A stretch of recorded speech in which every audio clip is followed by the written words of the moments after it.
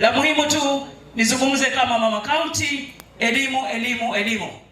Watoto wetu wasome. Mtoto msichana asome, mtoto mvulana asome, wote wasome sawa. Kazi zikitokea, mtoto msichana apate kazi, mtoto mvulana apate sawa na mtoto msichana.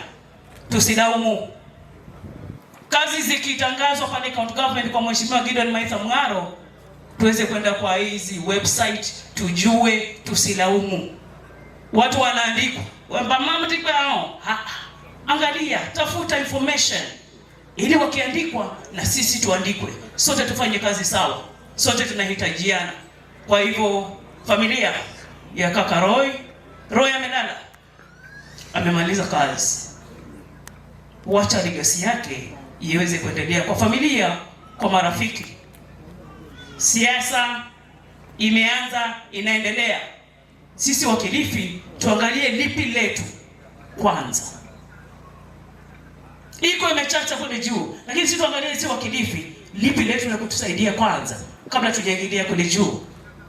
Mungu ailaze mahali pema roho ya kaka Roy. Asante.